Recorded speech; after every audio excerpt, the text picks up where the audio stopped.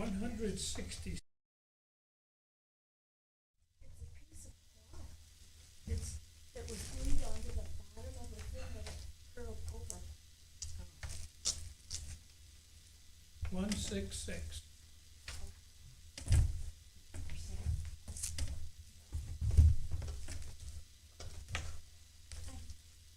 All day long of Jesus I am singing, He my song of joy will ever be. All the while He keeps my heart bells ringing, for His love is everything to me. He's my King, and oh, I dearly love Him. He's my King, no other is above Him. All day long in raptured praise I sing. He's my Savior, He's my King. Streams of love around my soul are flowing. From His heart flows everlasting spring. That is why my faith in Him I'm showing. That is why, and in this song I sing. He's my King, and oh, I dearly love Him. He's my King, no other is above Him. All day long in raptured praise I sing. He's my Savior, He's my King. In His light I'm going home to glory, with the souls who trust His saving grace. Going home to sing and tell His story, in the blessed sunshine of His face. He's my King, and oh, I dearly love Him. He's my King, no other is above Him. All day long in raptured praise I sing. He's my Savior, He's my King.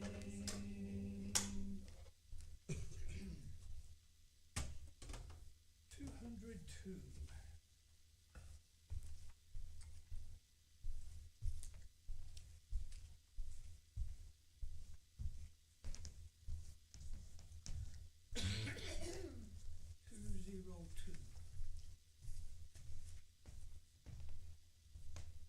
Joyful, joyful, we adore Thee, God of glory, Lord of love. Hearts unfold like flowers before Thee, opening to the stars above. Melt the clouds of sin and sadness, draw the dark of doubt away.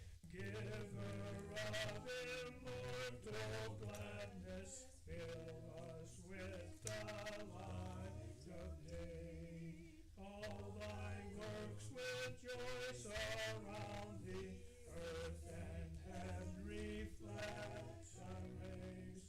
Stars and angels sing around Thee, center of unbroken praise. Field and forest, vale and mountain, flowery meadow, flashing sea, chanting bird and flowing fountain, call us to rejoice in Thee.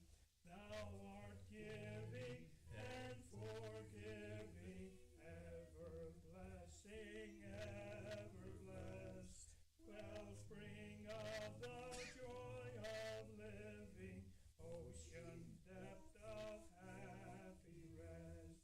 Thou our Father, Christ our brother, all who live in love are Thine. Teach us how to love each other, lift us to the joy divine. Mortals join the mighty chorus, which the morning stars begun. Whether love is reigning o'er us, brother love binds man to man. Ever singing march we onward, victories in the midst of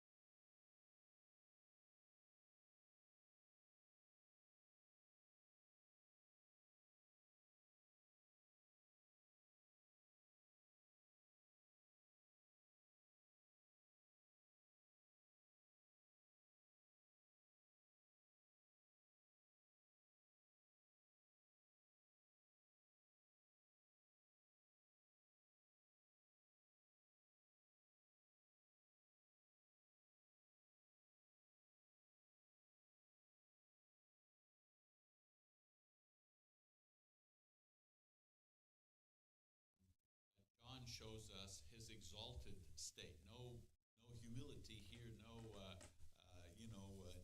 He's not being attacked by man. No limits, if you wish. He is in his glorified state. So let's take a look at the scene. We need to keep the story in order because there's so many symbols and so much figurative language. We kind of lose the story at times. So far we've seen the glorious vision of Christ as he speaks to John at the very beginning of the book. Then we hear Christ's instructions to the 7 churches in order to be faithful. That's part of Vision 1 that John describes beginning in chapter 1, goes all the way to chapter 3. Then we watched as John describes the theme of God and the scene as Christ begins a display of his power, the power that's at his command that will be used to destroy the enemy. Remember I talked to you about the idea that it was like a parade, military parades, a little bit like a military parade, one thing after another, demonstrating all the powers that the Lord is going to use against his enemy. Then we've also heard the prophecy as to the events that will take place that will lead to the ultimate victory of the church. And so the events, will take place in the following manner. The church will grow rapidly. Then there will be a period of persecution where the church, it will seem, has lost. Then it will survive this persecution and ultimately be victorious as the enemy is defeated. So that's the story that John is telling here with many of his visions. Now, all the information, these images, these symbols have been presented in the second vision, and that lasts from chapter 4 all the way over to chapter 11. So as we begin studying today, we're going to look at the third vision as John describes the actual struggle. So, we had the preliminary, if you wish, the parade, the power, the things that are going to happen. Now he describes the actual struggle itself. And first he introduces Christ, and then there is the viewing of his power. Now there's going to be kind of a play-by-play of the struggle itself. Now, we need to remember that when John is writing this particular book, the persecution by Rome has already begun. I mean, it's not something that's happening in the future. It's something that they're actually experiencing in the now. And so what he is writing informs the church of the first century concerning their immediate and future struggle. So in this way, it is prophecy. Sometimes people talk about Revelation in the sense that it's all prophecy. It's only about the future, the end of the world. But there is some reference, if you will, to the things that will take place at the end of the world. But as far as John is concerned and the people in the first century, these things were happening now, and the prophecy contained in the book simply referred to something that would happen in the not-too-distant future, the ultimate destruction of the Roman Empire. And even though it only happened a few hundred years after John was writing, it was still a major prophecy. And that's what I'm trying to get across in this lesson, that yes, it's prophecy, but it's prophecy concerning the immediate struggle that they were experiencing at that time and how it would end in the near future. Now, we read it today, and we see that that prophecy was fulfilled. I mean, Rome did fall, the church did survive.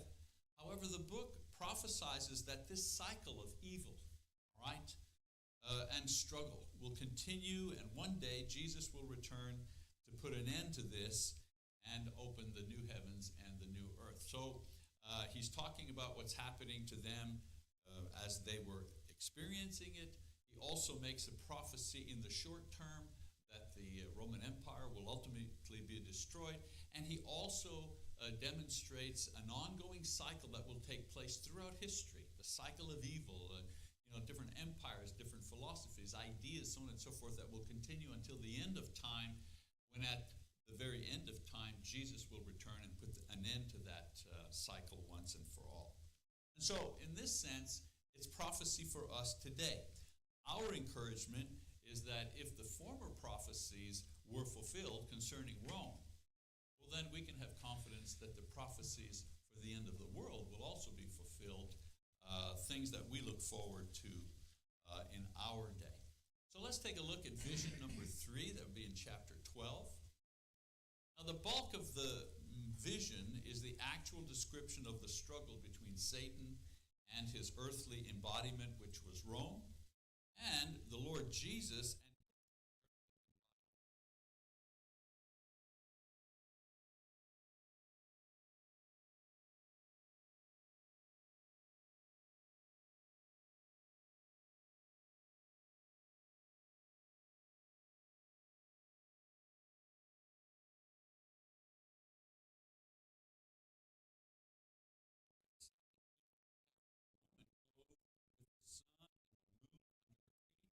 On her head a crown of 12 stars, and she was with child. And she cried out, being in labor and in pain to give birth. So here we have the introduction of the woman, and the woman, of course, is the ideal of God's people in both the Old Testament and the New Testament. And she gives birth to the child. Of course, it's not too hard to figure out who the child is. The child is Christ, the product of God's people in the Old Testament and New Testament, brought about by a long and painful history. So it says the woman is in labor. Well, throughout history, the Jewish nation, it was in labor, if you wish. It had all kinds of persecutions and failings and so on and so forth. Wars, they were overrun, they were put into exile. The long period of labor throughout history to get to a point where the Christ was actually born. So John kind of compresses this whole idea and just gives it one word: labor, until the child is born. Then he says in verse 3, then another sign appeared in heaven, and behold, a great red dragon having 7 heads and 10 horns, and on his heads were 7 diadems. So the red dragon represents Satan. The 7 heads, world domination. The 10 horns, complete destructive power. The 7 crowns, not victory, but symbolizing rule. Remember the numbers that we've talked about. Number 7, a number that is complete. Number 10, a mature, a dominating number. Always using these numbers to demonstrate the extent of the power, the extent of the domination, the extent of the corruption. We keep reading, verse 4. It says, and his tail swept away a third of the stars of heaven and threw them to the earth. The dragon stood before the woman who was about to give birth, so that when she gave birth, he might devour her child. And she gave birth to a son, a male child, who is to rule all the nations with a rod of iron. And her child was caught up to God and to his throne. Then the woman fled into the wilderness, where she had a place prepared by God, so that there she would be nourished for 1,260 days. And so again, a lot of symbolism here. The sweeping of the stars represents the killing of God's people, including the attempt to destroy the Christ child. This child is prepared to rule, with an iron, the idea, an iron rule, meaning a rule that can't be broken, a rule with all the power that it requires. And it says the wilderness. The wilderness, of course, is the earth, not heaven. And the 1,260 days, we know, represents a short time. Remember, even in Daniel, talked about a long time, short. So the 1,260 days represents a short time. Now, we're not going to read verses 12 to 17. I'm going to skip over that. Just the idea in verses 7 to 17, John is going to describe the scene in which we see Satan's 4-step attack in order to destroy Jesus and his church. So the first step, he tries to attack the child. In other words, attempts to keep him from being born or surviving once he is born. We see that all the way through the Bible, don't we? Every attempt that Satan makes to try to destroy God's people, to seduce kings to not believe or to disobey, the temptation in the garden of Jesus, and so on and so forth. All of these throughout history are the attacks against the birth of the child in one way or another. The second attack is the throne in heaven. Satan begins a spiritual war in an effort to keep Christ from bringing his blood to the throne, so that he can continue to accuse man of sin. But John describes that the Lamb eventually does come to the throne to bring the blood of the sacrifice. And the gospel is being spread, thus taking away his power and having him thrown down. So the war is in two spheres. The war is here on earth, of course, that we know more about because we can read it historically, but the war is also in the spiritual places. You know, Paul talks about that in Ephesians, that our battle is not flesh and blood, but our battle is against the spirits and the dominions and the powers and the rulers that live in the spiritual world. So here, John, through his vision, gives us an idea about the battle that is taking place there. And the essence of the battle is Satan's attempt to stop either the sacrifice or Christ being born or making a sacrifice, or to stop in heaven him from bringing the sacrifice to the throne of God. A third attack is the attack of the woman. The woman is given wings, we read about. Wings are a symbol of protection. Satan sends rivers of wickedness, but the earth, he says, the earth drinks it up. And the idea there is that lies and wickedness, false religion, all these things are sent to target the church. The woman represents the church also. But she resists these. She remains faithful. But the world, meaning non-believers, they drink in the things to their own destruction. The woman symbolically gives birth to Christians and is afforded protection. The woman is at the same time spiritual Israel, or God's people throughout history. So that symbol of the woman, pertains to many different facets of God's people throughout history, but always the same idea: God's people. Satan sending things to attack God's people. And God's people, if they're faithful, they resist these things. But those who are unbelievers, they fall victim to these type of attacks. And so an attack against God's people to stop them from multiplying. And one of the attacks that the church was experiencing at that time was the persecution by Rome. Remember, Rome was trying to destroy the church. Okay? We know that attack fails, and the wickedness sent does not affect the church, but it does affect the rest of the world. And then the fourth attack that Satan makes, is he attacks individuals within the church. Now, in this, he is successful because individuals have free choice. Some are destroyed. Some Christians fall away. Some Christians lose their faith. And so we go to chapter 13. And in chapter 13, the description of the struggle continues as agents are brought in to help defeat the seed or the offering of the woman. So you see what's happening, right? John is, in his vision, is telling this story, describes the great creature, Satan, the red dragon, with all his power. He describes the various ways that the dragon has attacked the church, Christ, and so on and so forth, to try to stop the work of the redemption of Christ through the cross. Okay, he talks about that. And then in chapter 13, new characters come onto the stage. The red, the devil, the red dragon, he brings in some replacements, soldiers, some new individuals in the scenario. And here John's vision gets much more specific as to the description of the embodiment of Satan, namely the Roman Empire. And so in this chapter, he begins symbolically to describe the enemy, which is Rome, which is the embodiment of Satan. So in verses 1 to 10 of chapter 13, again, we're not going to read that passage. I'm just going to, paraphrase it for you. And I do remind you to read ahead. I've said before, we're not going to have time to read all of the verses. So make sure you read ahead so that when I get to those particular sections, you're familiar with the material that's in the book. So in verses 1 to 10, he describes the first beast.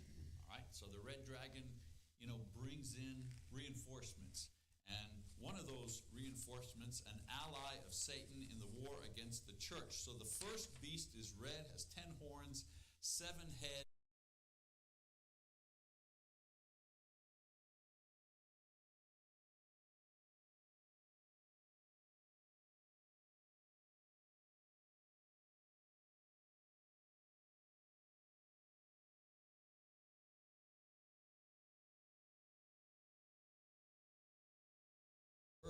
John is describing now in chapter 13 is Rome itself.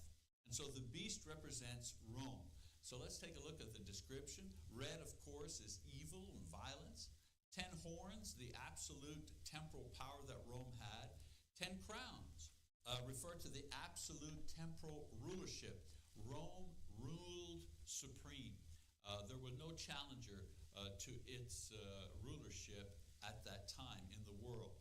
7 heads could be either the 7 mountains around Rome, could also refer to 7 kings or 7 emperors. Any of the imagery fits. Now, in chapter 13, John says that one of the heads was wounded and then came back to life. And sometimes, today we wonder, what does that mean?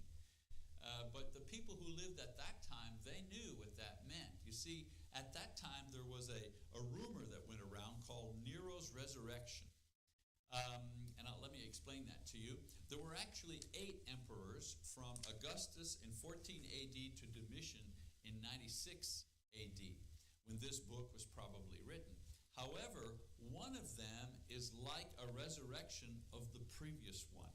As I said, there was a rumor in Rome that Nero would resurrect and come back, and when future persecutions began after Nero's death, it was said that it was Nero's spirit dwelling and guiding the present emperor in the persecution. Thus, 7 real emperors and 1 in the spirit of a past emperor. And so today, we have to get that. We have to kind of understand that, read between the lines, so to speak. But in the first century, they were familiar with the idea. They would have, they got it. They understood what John was referring to. So now, if we continue the action, the dragon gives rulership over to this first beast, okay, who has existing power at the writing of the book.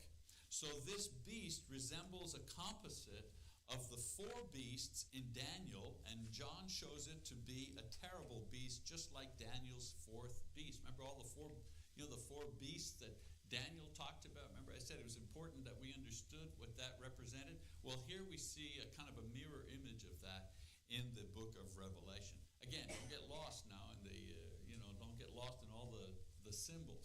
The first creature is Satan, the dragon. He brings in a reinforcement called the beast. Looks somewhat like Satan, but represents the Roman Empire. The beast, this is the work that the beast will do.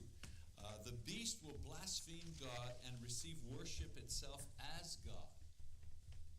Now, we understand, historically, we understand to mean emperor worship.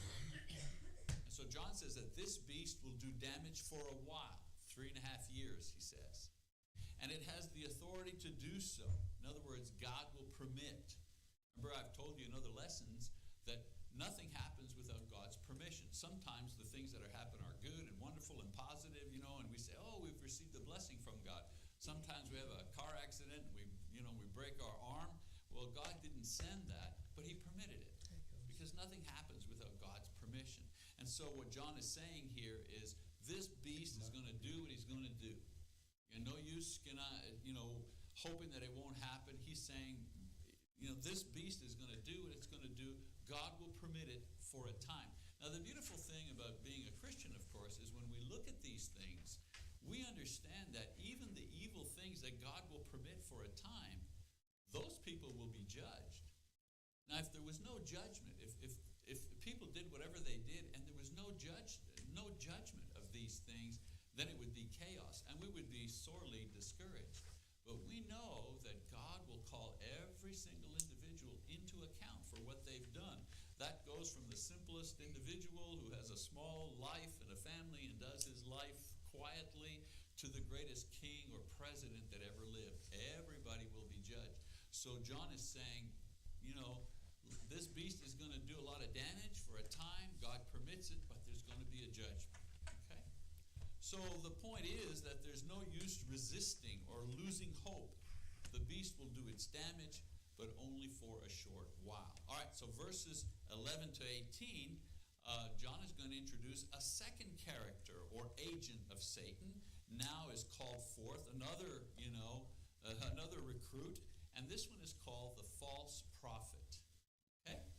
Now, the purpose of the false prophet is to influence the people to give worship to the first beast.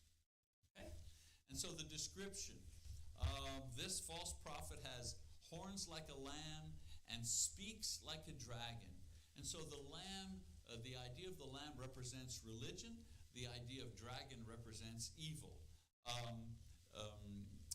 And so if you combine religion and the dragon, what you have is false religion.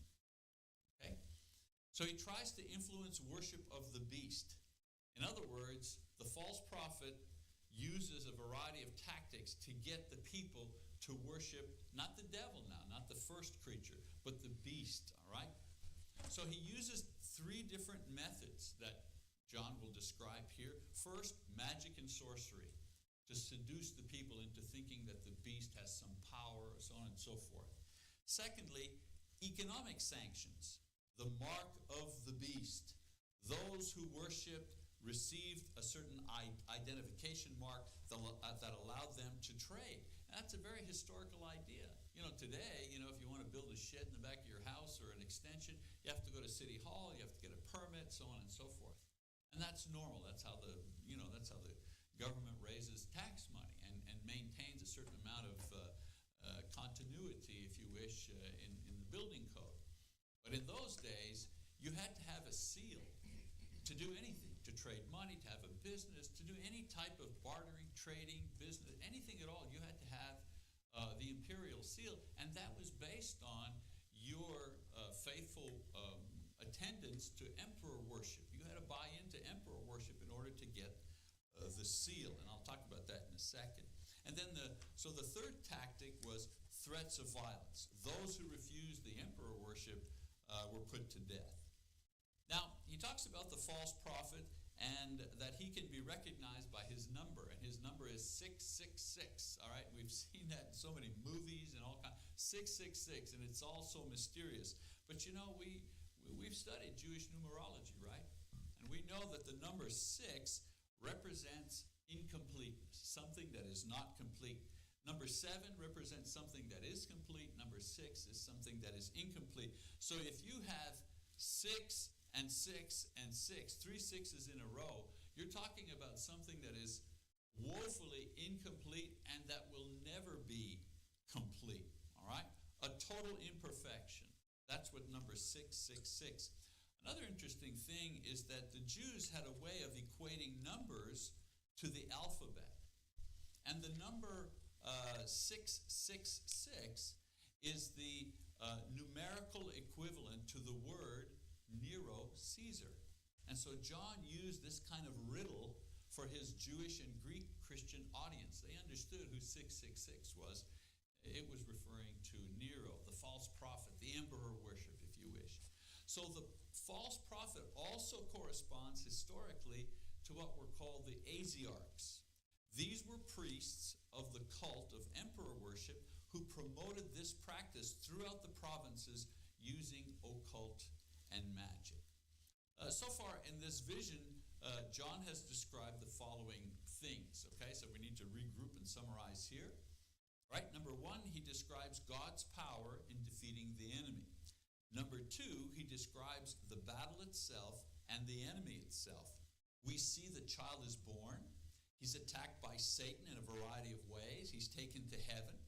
We see the blood of Christ is operational, and the persecution of the church begins, will only last 3.5 years, which means a short time. We see that Satan is cast out of heaven and begins to use 2 beasts to persecute the seed, which is the offspring or Christians themselves. And then we see that there will be a period of intense persecution. And so the next chapter, or in the next chapter, John is going to describe the defeat and the judgment of the beasts and Satan. So we go to chapter 14. All right. So now in chapter 14 is the announcement of the final judgment, and it's divided into 3 sections. Now the final judgment, right? I mean, we've had the play-by-play of the war. It's not some big, long, they did this, they did that. It's just a short description of what takes place, the attack of the church, some of the methodologies used used to attack the church, and the characters that Satan is using in that attack. And John goes directly to the judgment now, and he shows the judgment in three sections: the 144,000, the three angels, and the two sickles. You know what a sickle is, that very ancient device to harvest. All right? So we've seen the action of Satan's attack. We've seen his forces. Now the judgment on him, and these will be pronounced. In other words, we see God's counterattack. So let's read chapter 14. Briefly, we'll read verse 1 to 5. It says, Then I looked, and behold, the Lamb was standing on Mount Zion, and with him 144,000, having his name and the name of his Father written on their foreheads. And I heard a voice from heaven like the sound of many waters, and like the sound of loud thunder. And the voice which I heard was like the sound of harpists playing on their harps. And they sang a new song before the throne and before the four living creatures and the elders. And no one could learn the song except the 144,000 who had been purchased from the earth. These are the ones who have not been defiled with women, for they have kept themselves chaste. These are the ones who follow the Lamb wherever he goes. These have been purchased from among men as first fruits to God and to the Lamb. And no lie was found in their mouth. They are blameless. And so we've already discussed 144,000 and the significance of the 144,000. The 144,000, that perfect number of those with whom God deals with, basically, is what it means. The ones that he has sealed, the ones that he has protected, the ones that he has counted, the ones that he has measured, are now shown to have survived the persecution and the attacks of Satan. Remember, in the Bible, the writers a lot of times describe the same thing in many different ways. So who are the sealed? Who are the measured ones? Who are the protected ones? Who are the 144,000? Who are the saints? Well, we're always talking about the same people. We're talking about Christians. We're talking about God's people.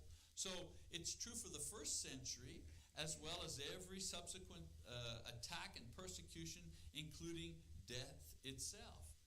God protects his own in one way or another, depending on not depending, but in various situations throughout history. So those who are God's in Christ will be saved. So who are the 144,000? Well, they're the saved. That's who they are. They're the saved. They were the saved then, and they're the saved now, today. And in the future, the 144,000 will always be the saved. And so in verses 6 to 13, three angels appear. So the judgment, remember I said the judgment is being pronounced? Well, the first aspect of the judgment is there are some who are saved, and obviously some who are going to be lost. So who are the saved? Well, they're 144,000. He could have said they're the saints. He could have said they're the sealed. He could have said there are those that I've measured and kept. He could have said it in a lot of different ways, but he calls them the 144,000. That's us. We're the 144,000. So the judgment is some are saved, the ones God has saved. Therefore, it doesn't say it, but therefore some are lost. Second judgment, the three angels. The first angel brings the gospel and signifies judgment is at hand. It's coming. God is going to judge. The second angel announces the fall of Babylon. Babylon, remember I said? Some things are described in a variety of ways. Well, this time Babylon is the word used to describe Rome. We know that Babylon was the center for wickedness and idolatry and a world power in the ancient days, hundreds of years before Rome. Now, Rome is that world power, wicked and full of idolatry and persecution for the church. And so John calls Rome Babylon. So the second angel says the judgment is at hand. Third angel announces the destruction of those who partake of the beast. Who are they? Well, they're not 144,000. Who are they? Well, they're Rome and the followers of Rome. He talks about drinking the wine of wrath. Well, what do you think that could be? Well, judgment. The outcome of following those who are evil. So, he contrasts between those who receive the mark of the beast, all right, who accept and embrace Rome, and he compares those who have received the sealing of the Spirit, the 144,000 One of them is going to suffer judgment and then torment and suffering. The other have been persecuted but will now have joy and rest. All right, verses 14 to 20. The third image, the image of the two sickles. All right, this is the image of judgment after the destruction of the beast and its followers. Jesus judges first, and his judgment is to reap the harvest of his followers who will be with him. And who do you think they are? Well, they're the 144,000. We always go back to that same group that's been described in a variety of ways. And then the other angel of judgment comes, and he gathers those who are unbelievers and sinners, and their judgment will be suffering. Have we ever seen an image of judgment any different than this anywhere throughout the Bible? I mean, even though the imagery, is mysterious and it's heavenly and so on and so forth, every image of judgment is always the same. Those who follow God or Christ, they're saved. They're described in a variety of ways, but their outcome is always the same: joy, peace, love, eternal life. And those who didn't believe, those who were wicked, well, their end is what? Well, it's judgment and suffering. So it's no different here.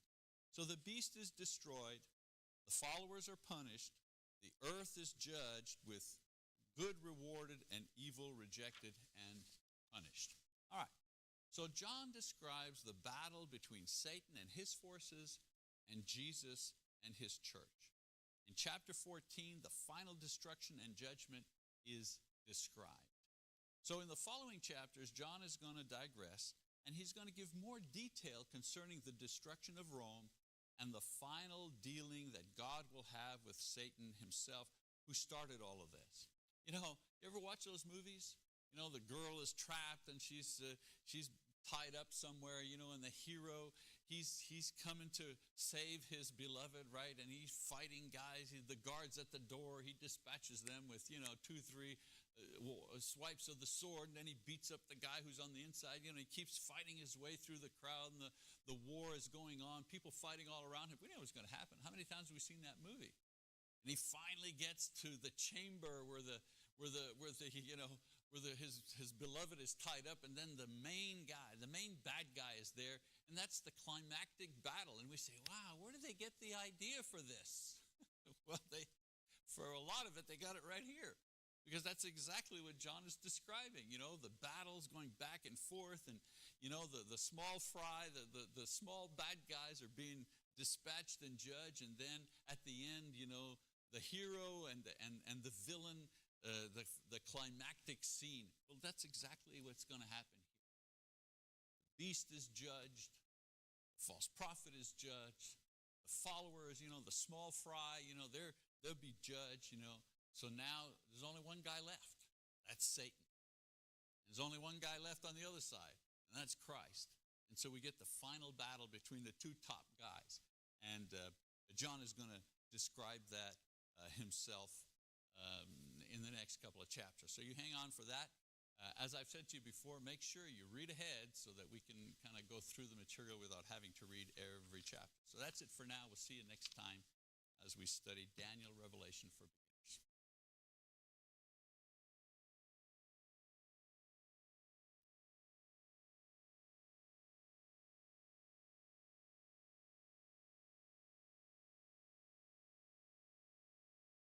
Okay, so who is the woman? Chapter 12, 1 and 2.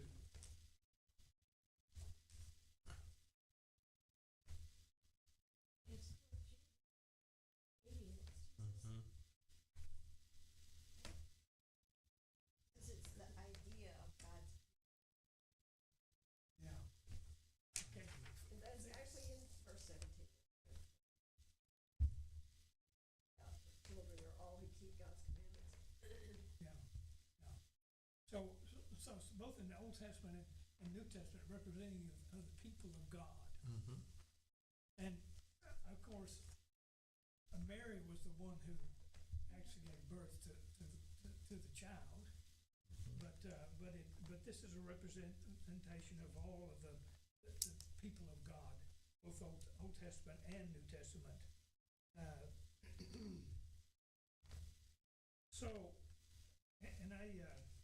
I was doing this too quickly, and I said, what do the dragon, the 10 horns, and the 7 crowns represent?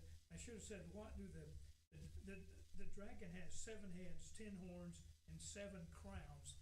Okay, so what do the 7 heads, the 10 horns, and the 7 crowns represent?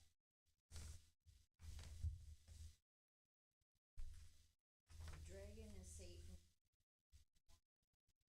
The extent of The horns are what? extent of power. Okay, yeah, complete destructive power. Okay, yeah. What do the 7 heads represent? World dominion. Right. World domination, yeah, world dominion, power over the whole, pretty much the whole known world at that time. Okay, and then what about the 7 crowns?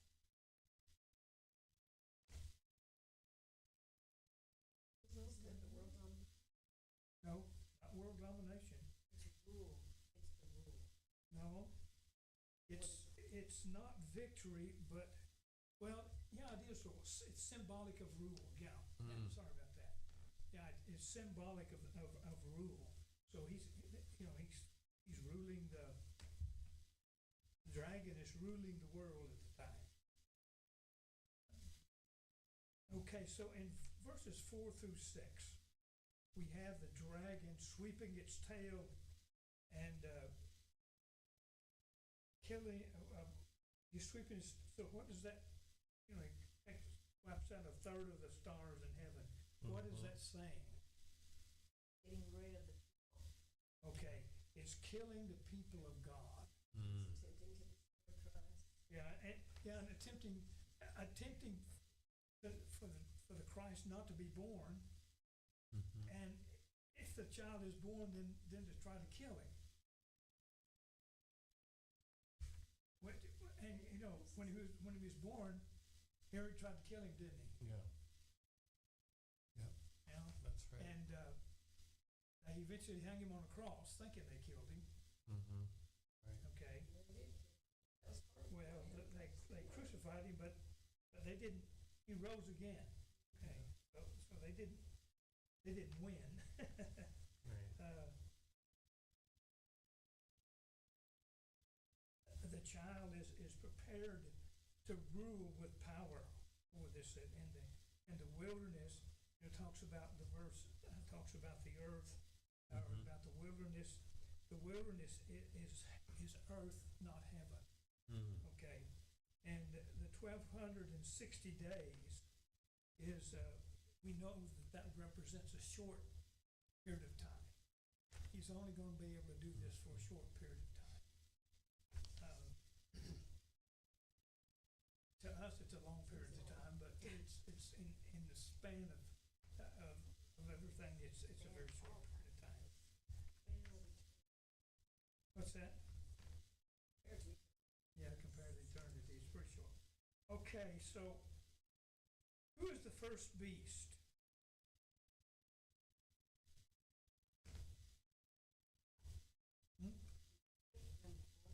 Let's skip over. Okay, yeah, I did. We'll back up to that. What 4 steps did Satan take to destroy Jesus and the church? Tries to prevent. What's that? Tries to prevent Jesus' birth. All right, so By he attacking the tries to child. attack the child, tries to keep him from being born, and Tries to turn people against God. Individual people. okay, so he tries. Well, let me see. That's the third one. The second one, he tries to attack the throne in heaven. The lamb comes. He said the lamb comes to the throne. Okay. And the third one, he attacks the woman, and the woman is given wings, a symbol of protection. So, To represent. yeah. So Satan sends rivers of wickedness, but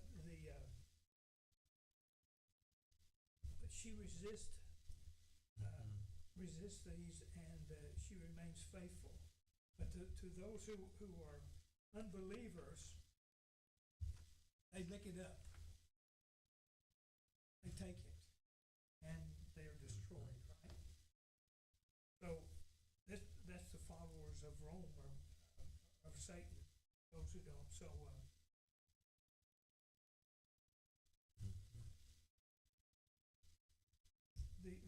but the Christians remain faithful. The last thing, he attacks the individual Christian, and in this, Satan does win because of free choice. We have free choice, so we will sin. And so some are destroyed. Sometimes they fall away. They've lost their love, they've lost their faith, etc. like that. So some have. Okay, now we'll talk about the first beast. Who is the first beast? Okay, Rome is the one that he's talking about here. What was that? Okay, so what does red represent? Violence or evil, right? Yeah. What about the 10 horns? Okay, absolute temporal power. So Rome is in charge, so to speak. What about the 10 crowns? Rulership, right? Absolute temporal rulership. Okay, so what are the 7 heads? Could be a few different things. Mountains around. Yeah, it could be the 7 mountains around Rome, or this. To me, it would seem more likely that he's talking about the 7 kings, because remember what about the one who was wounded and finally came back to life? Through the 7 real and the 1. Yeah. So, but you know, the scripture there says he was. I forget what the exact wording was, but he came back to life, and that's why it tells me he's talking about the kings and not the 7 hills around Rome, the emperors. Okay, that I don't know if there was actually 8 kings or not, but there was, they talked about the one head wounded and came back to life. Nero's resurrection. Nero died, and they thought Nero resurrected and bringing about all this chaos. All right. Now, I put down, what is the second beast or the false prophet? The scripture says it's at least what I read, called him the second beast, and I put that down. But in his work, he called it a false prophet. So what is the false prophet? Nero. Or The false prophet. Okay. Okay. Yeah. What does 666? What is equal? What is that? Represents what? 6 is incomplete. 666 is woefully incomplete. Will Yeah. never be complete. Okay. And So apparently they had imperfection. some kind of a number system that connected to their alphabet. So Yeah. That's was interesting to me. Nero. They connected that to Nero because of Nero. because of somehow they were able to take numbers, relate them to the alphabet, and came up with Nero Caesar. Okay, so 666 equals the name of the hero, of Nero. He ruled through magic and sorcery. Okay, yeah. And the Asiarchs,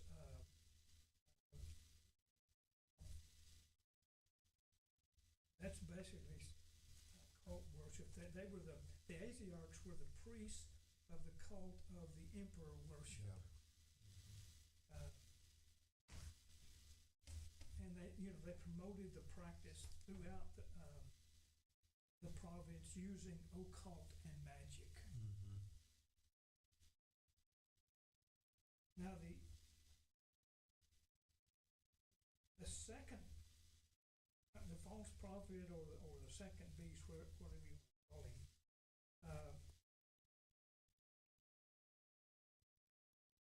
encouraged, I believe I'm right, his purpose was to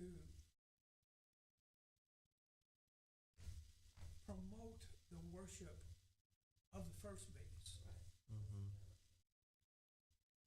Okay. Yeah, to influence people to worship the first beast, which was Rome. Okay. Mm-hmm. Now the horns. Did I ask that? What do the 10 horns represent? Huh? That was on number 5, right? Yeah.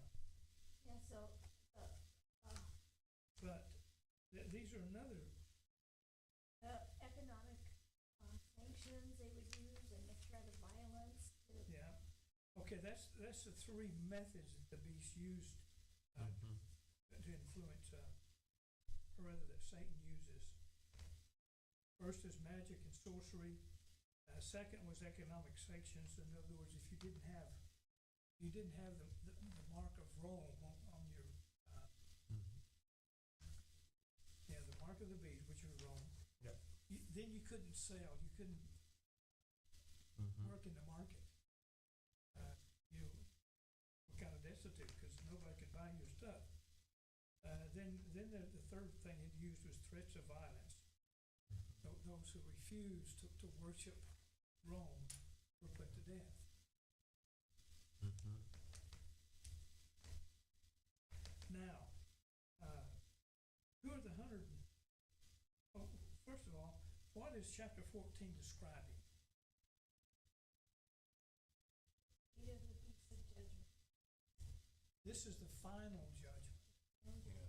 So this would be what involving the second coming, when we are everybody's called up. Okay. Mm-hmm. Okay. So who were the 144,000? Steve, The same.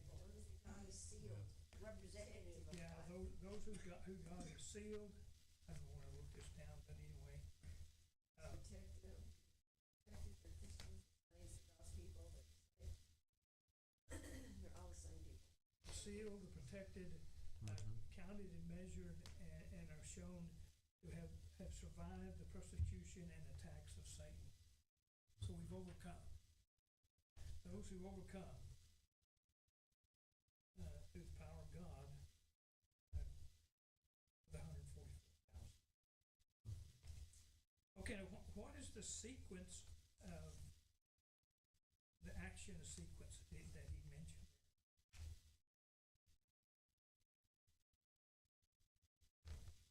The action sequence he put up on the screen.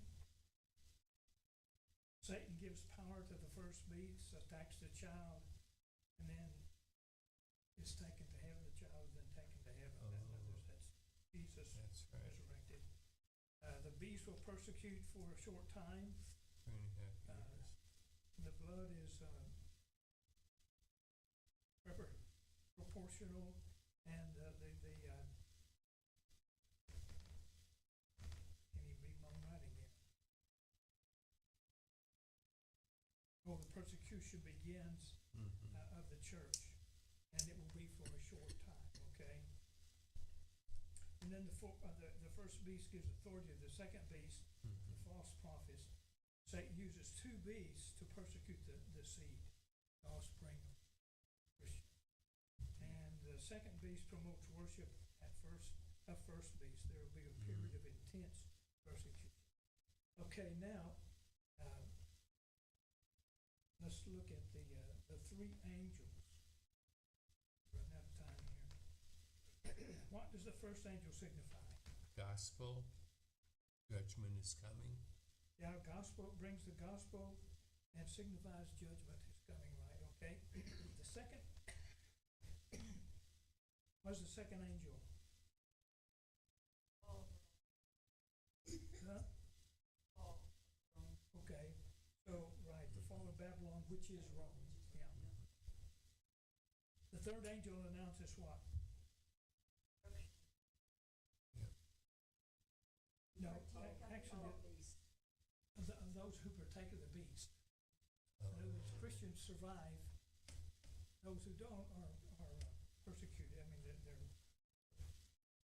thrown out in the outer darkness. Okay. And then 14 through 20, he talks about two sickles.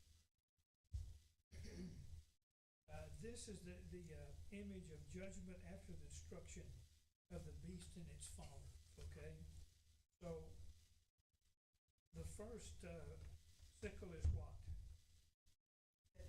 believer. Yeah, Jesus judging. Jesus judges the first, judges first, and his judgment is to reap the harvest of his followers, who will be with him, 144,000.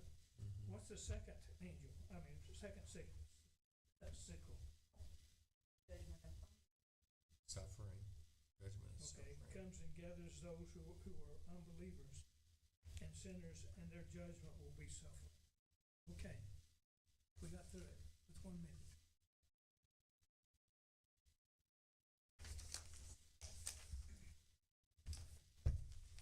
Okay, any prayer requests?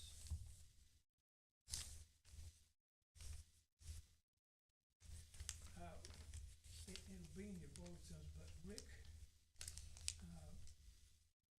Salinas, he's asking prayers for his sister, and I can't remember her first name. Consuela. Consuela, okay, right. And her son, she is diabetic, she's in the hospital, and she's having some real difficult, I don't know if her skin is flaking off or sores or exactly what it was. And but she's not well, but there's no other relatives there, so her son is having to stay with friends. How old is her son? He didn't tell me that. Where is she? She doesn't live here, right? No.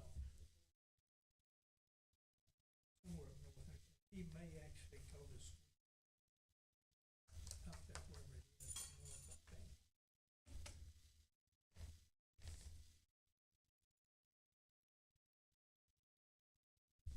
Anything else?